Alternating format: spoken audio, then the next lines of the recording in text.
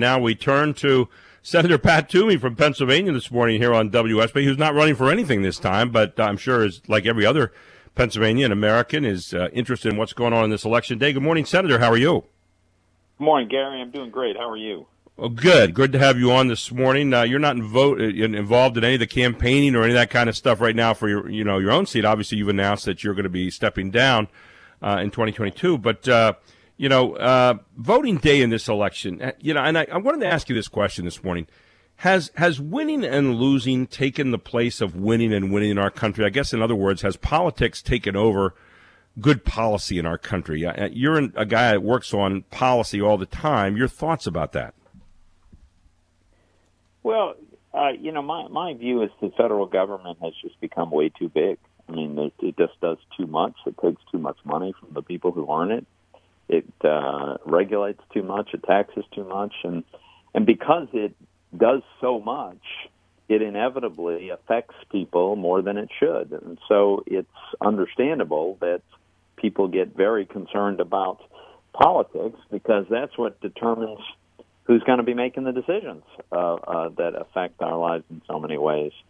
So I think we wouldn't be as polarized and our politics wouldn't be as bitter if we had a more modest federal government that was more on the scale of what it used to be and what it ought to be. You said modest.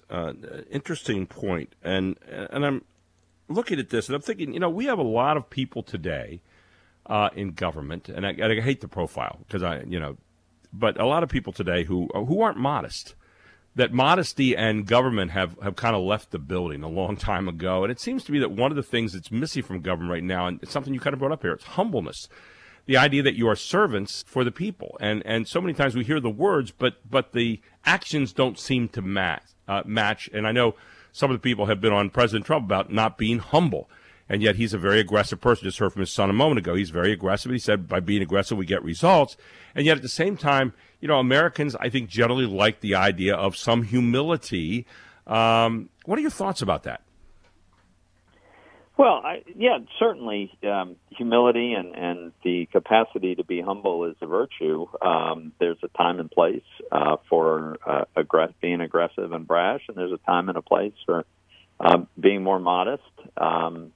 It just depends on the circumstances. As somebody who has long believed that the government is too big and too aggressive, I think government, certainly at the federal level, ought to move in the direction of more modesty, a little more humility. I've felt that for a long time. When you look at where we're at right now, we just had a Supreme Court justice, and you were part of that approval process, put on the Supreme Court. That has become a major issue here at the end of the campaign. What were your thoughts about that in terms of confirming Amy Coney Barrett as the ninth justice of the Supreme Court, and how that has figured into being an election campaign subject so far? Well, confirming Amy Coney Barrett was 100% the right thing to do, and I'm very pleased that we did that.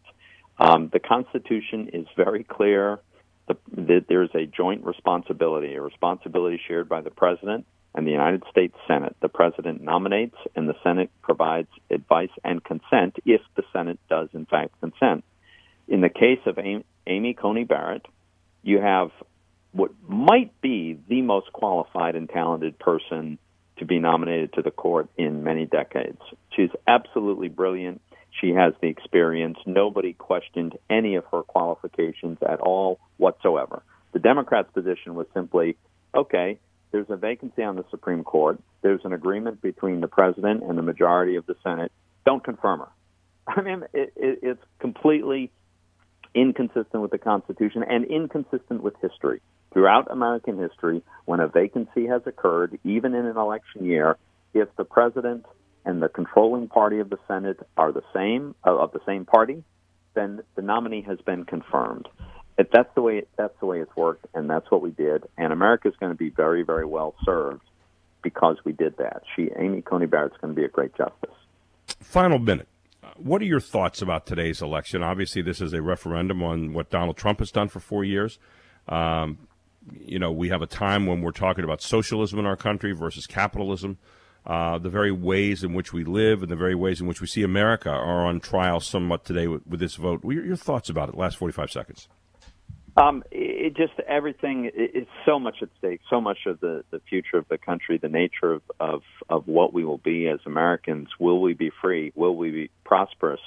And I don't think you can overstate this. The Democratic Party today is not the Democratic Party that it was under Jimmy Carter or Bill Clinton or even Barack Obama. It has been captured by a radical group, people that openly espouse socialism. And let's remember, socialism is the end of private property. It's the end of prosperity. It's the end of being able to, build a better life for your family by working hard. That is what they openly advocate for now. Not every last Democrat, but the ones that are controlling the energy of that party. The cultural changes, their tolerance for mass unrest and violence and rioting and looking the other way as though that's somehow acceptable. Their unwillingness to tolerate a voice that disagrees with them, this cancel culture, this idea that you can't speak if you don't agree with what the prevailing view is of the radical left. That is a very, very dangerous combination, and I've only touched on several of the most egregious things. And those ideas used to be on the very fringe of American politics, but Gary, now they are part of the mainstream of the Democratic Party. And that's why it's so important that President Trump be reelected and that we hold on to the Senate so that we don't go down this downward spiral of socialism that really is where the Democratic Party is heading. Senator Toomey, we appreciate you taking time on this election day to be with us this morning. Thank you very much, and we'll look forward to talking to you again in December. Thanks for having me. Thank you very much. Have a great day. Senator Pat Toomey with us here on WSBA Morning News with Gary Sutton.